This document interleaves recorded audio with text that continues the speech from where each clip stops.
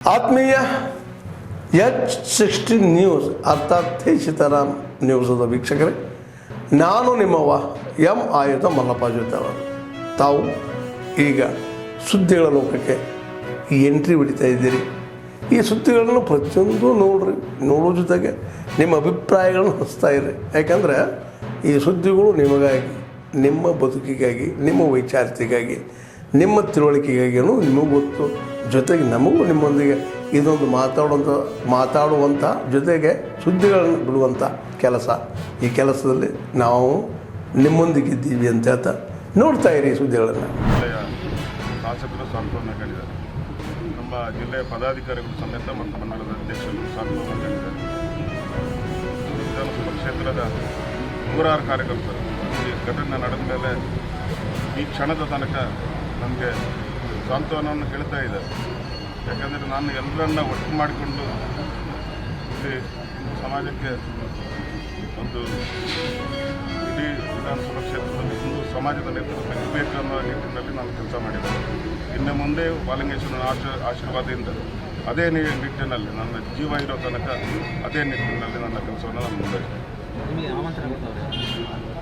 ನಮಗೆ ಆಮಂತ್ರಣ ಕೊಡ್ತೀವಿ. ಜವಾಬ್ದಾರಿ ಗೊತ್ತಿಲ್ಲ ಬರೆಯೋದ್ರಲ್ಲಿ ಜವಾಬ್ದಾರಿ ಇರುವಂಥ 3 ಜನ ಬಂದು ಆಮಂತ್ರಣ ಅಲ್ಲ, ವಿಘಟನೆ ಮಾಡೋದಿಲ್ಲ, ನಾವು ಸಂಘಟನೆ ಮಾಡ್ತೇವೆ ಅಂತ ವೇದಿಕೆಯಲ್ಲಿ ಹಿಂದಿನ ದಿವಸ ಹಿಂದವಿ ಸಾಮ್ರಾಜ್ಯದಲ್ಲಿ ಭಾಷಣ ಮಾಡಿದ್ದಾರೆ ಒಂದಷ್ಟು ಮಂದಿ ಜವಾಬ್ದಾರಿ ಇರೋರು. ಇವತ್ತು ತಮ್ಮನ್ನು ಹೊರಗಡೆ ಅಥವಾ ತಮಗೆ ತಡೆಯುವಂಥದ್ದು ವಿಘಟನೆ ಮಾಡಿದಾಗ ಆಗಿಲ್ಲ, ಅಥವಾ ತಾವು BJPಯಲ್ಲಿ ಇದ್ದೀರಿ ಅನ್ನೋ ಕಾರಣಕ್ಕಾಗಿ ತಮ್ಮನ್ನು ಹೊರಗೆ ಹಾಕಿದ್ದು ಅಂತೇಳಿ ಚರ್ಚೆಗಳಾಗ್ತಾ ಇದೆ. ನಿಮ್ಮ ಪ್ರಶ್ನೆಗೆ ನಿನ್ನೆ ಏನು ನೋವನ್ನು ನನಗೆ ಕೊಟ್ಟಿದ್ದಾರೆ.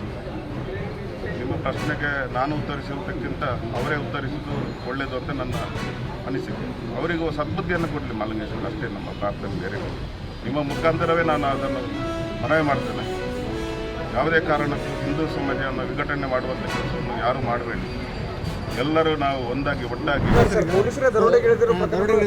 ಈಗ ನೋಡಿ, ದರೋಡೆಗಿಳಿದ್ರೆ ಅವ್ರ ಮೇಲೆ ಕ್ರಮ ತಗೊಳ್ತೀವಿ.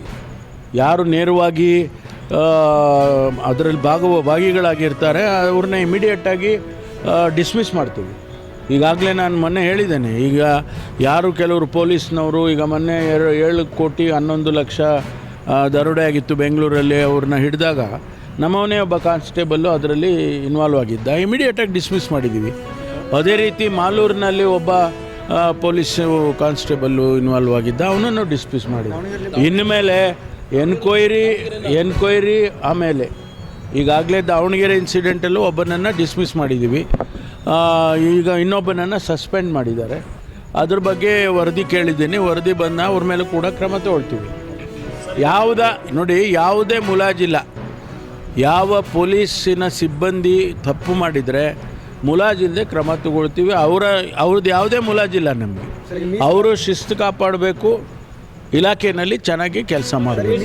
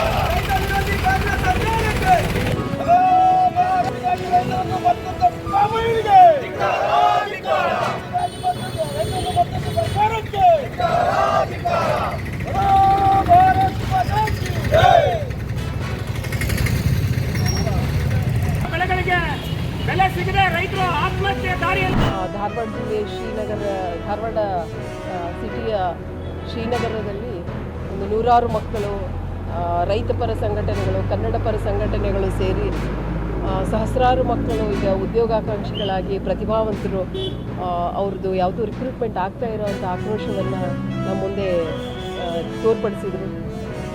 ಈಗಾಗಲೇ ಈ ಒಂದು ವಿಷಯ ಸರ್ಕಾರದ ಮಟ್ಟದಲ್ಲಿ ಏನು ಪ್ರೊಸೆಸ್ಸಲ್ಲಿದೆ. ಸೊ ಈ ಒಂದು ಮನವಿಯು ಸಹ ಅದಕ್ಕೆ ಆ್ಯಡ್ ಆಗುತ್ತಂತೆ ನಾನು ಭಾವಿಸ್ತೀನಿ. ಕೂಡಲೇ ನಮ್ಮ ಗೃಹ ಸರ್ಕಾರದ ಗಮನಕ್ಕೆ ತಂದು ಜಿಲ್ಲಾಧಿಕಾರಿಗಳು ಹಾಗೂ ನಮ್ಮ ಉಸ್ತುವಾರಿ ಸಚಿವರ ಗಮನಕ್ಕೂ ಸಹ ತಂದು ಈ ಪ್ರಕ್ರಿಯೆ ಕೂಡಲೇ ಆರಂಭ ಆಗಲಿ ಅಂತ ಹೇಳಿ ನಾವು ಎಲ್ಲ ವಿದ್ಯಾರ್ಥಿಗಳಲ್ಲಿ ಕೇಳ್ಕೊಂಡಿದ್ದೀವಿ. ಆರಂಭ ಆಗೋ ನಿರೀಕ್ಷೆ. ಈಗ ಅರೆಸ್ಟ್ ಆದಂಥ ವಿದ್ಯಾರ್ಥಿಗಳು ಈಗ ಕಮಿಷನರ್ ಪೊಲೀಸವರಿಗೂ ನಾವು ಮಾತಾಡಿದ್ದೀವಿ, ಬಿಡುಗಡೆ ಮಾಡ್ತಾರೆ. It was just A preventive measure ಅಷ್ಟೇ. ಈಗ ಸದ್ಯಕ್ಕೆ ಪ್ರತಿಭಟನೆ ಕೈ ಬಿಡ್ತಾರೆ ಮೇಡಮ್? ಬಿಡ್ತೀವಂತೆ ನನಗೆ ರೈತರು ಮತ್ತು ವಿದ್ಯಾರ್ಥಿಗಳು ಉದ್ಯೋಗಾಕಾಂಕ್ಷಿಗಳು ಎಲ್ಲ ಹೇಳ್ತಾರೆ. ಇದು ಸ್ಟೇಟ್ ಡಿಸಿಷನ್ ಇರೋದ್ರಿಂದ ಅವ್ರಿಗೂ ಸಹ ಗೊತ್ತಿದೆ. ಮೋಸ್ಟ್ಲಿ ಈ ಪ್ರಕ್ರಿಯೆ ಆರಂಭ ಆಗಬಹುದು.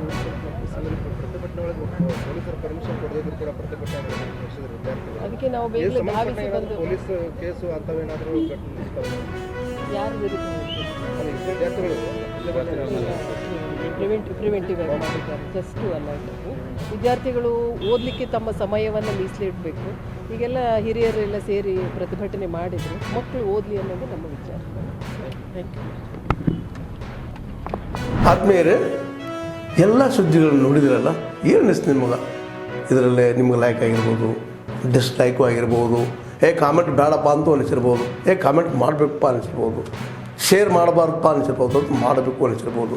ಏನಾದರೂ ಆಗಲಿ ಶೇರ್ ಮಾಡ್ತಾಯಿರಿ, ಈ ನ್ಯೂಸ್ಗಳನ್ನ ಹಂಚ್ತಾ ಇರಿ, ಜೊತೆಗೆ ಇದಕ್ಕೆ ಸಬ್ಸ್ಕ್ರೈಬ್ ಆಗ್ತಾಯಿರಿ ಅಂತ ಹೇಳ್ತಾ H16 ನ್ಯೂಸ್ ಅರ್ಥಾತ್ ಹೇ ಸೀತಾರಾಮ್, ಇದು ಸತ್ಯದ ಕೈಗೆ ನಡಿ. ವಂದನೆಗಳು.